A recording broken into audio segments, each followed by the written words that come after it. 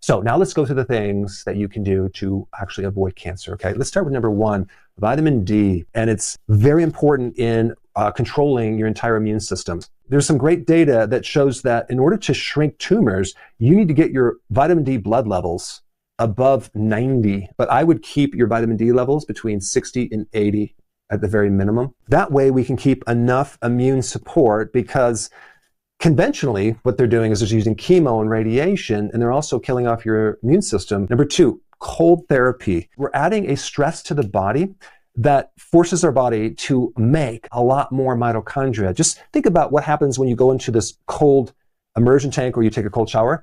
Your body has to maintain 98.6. You just got into a cold tank. It's 50 degrees or 40 degrees. It's freezing. What does your body have to do to maintain that temperature?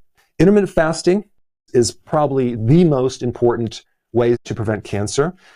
And I'm talking about 2 meals a day, 1 meal a day. You go maybe once a month, 3 days, or even 5 days of no eating. So this is super therapeutic to constantly generate new mitochondria. And it's one of the best ways to prevent cancer, especially since cancer originates at the mitochondria.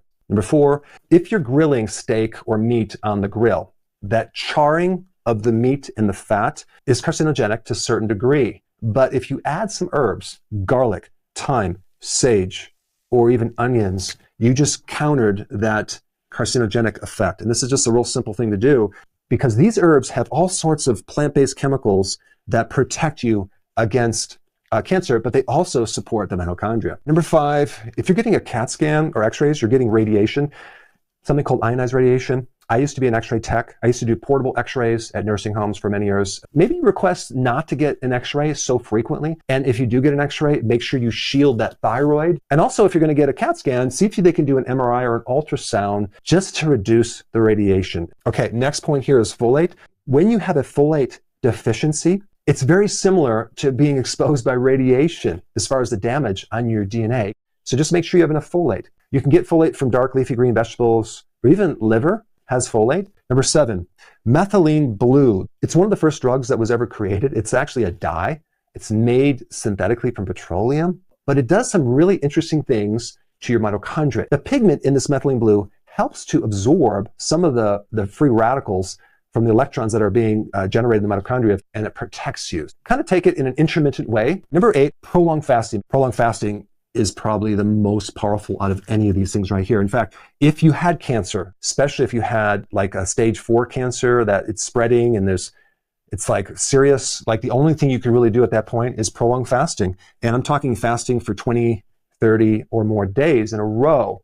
The problem with that is that you might be very, very thin and fragile and old. And the point is that you might not be able to survive that. So you'd want to do what you can do and then pull back, kind of go back to eating and then do fasting. But it's not just prolonged fasting you're going to do if you had cancer. You would layer it on different herbal remedies. But I just wanted to kind of put more attention on prolonged fasting right here. Number 9, the ketogenic diet, low carb. Why? Because what the keto diet does is it helps to correct insulin resistance. Insulin resistance is probably one of the biggest things that destroys the mitochondria. We're trying to make insulin more sensitive and stabilize the blood sugar so then the mitochondria can heal. And you can run on ketones, which actually are very therapeutic to the mitochondria. Always do the healthy version of the ketogenic diet. Number 10, avoid snacking. Well, that probably will be covered in this intermittent fasting, but I just wanted to make another point about snacking, of what that's going to do.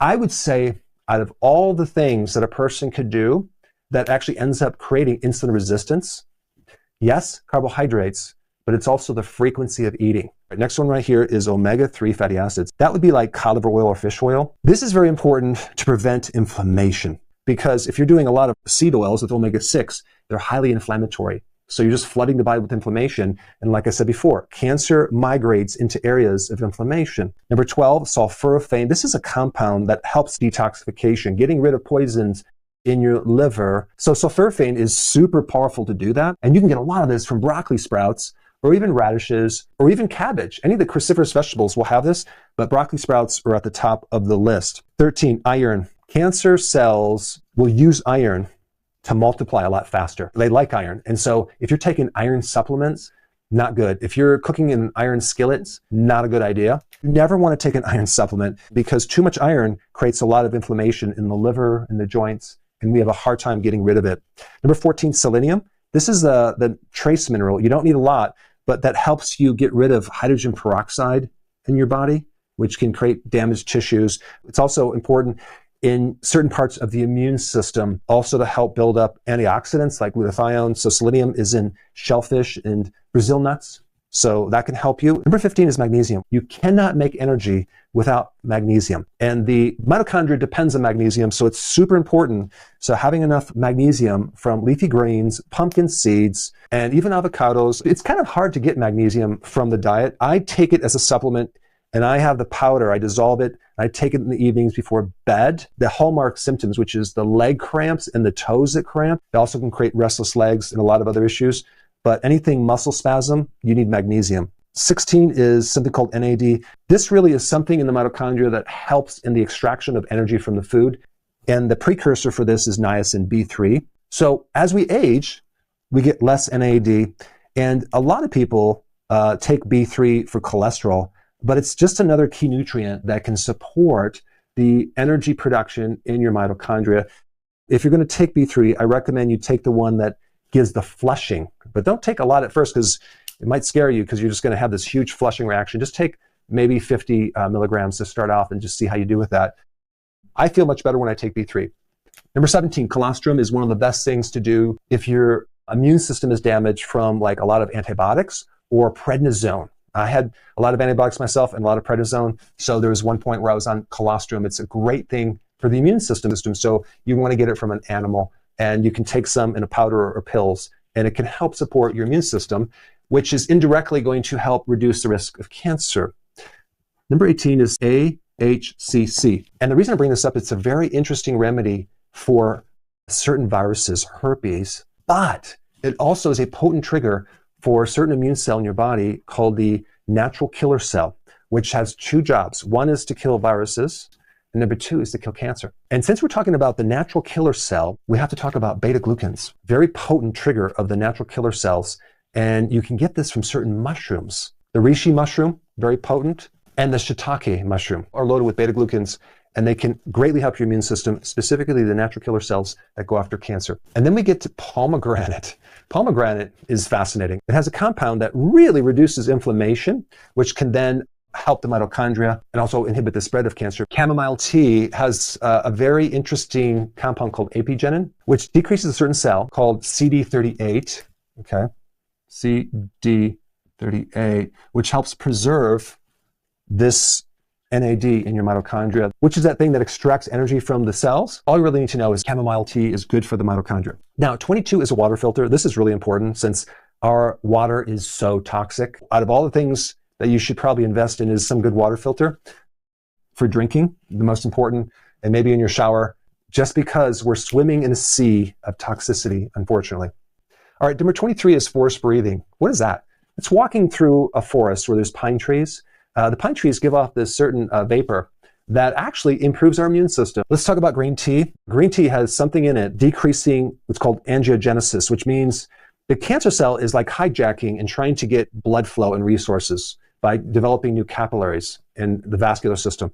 Well, green tea actually inhibits that process. All right, number 25, black seed oil. One of those remedies that just works on so many different things. It's a powerful antioxidant. It has research to help inhibit certain types of cancer, and it also supports the mitochondria. What a coincidence. 26, 27, 28, all increase oxygen. Remember, we're trying to get rid of the areas of your body with hypoxia and just flood the body with a lot of oxygen. So exercise is the absolute best thing. Different types of exercise, long walks, high intensity interval training. And also occasionally if you do hyperbaric, that can really push oxygen into the tissues deeper.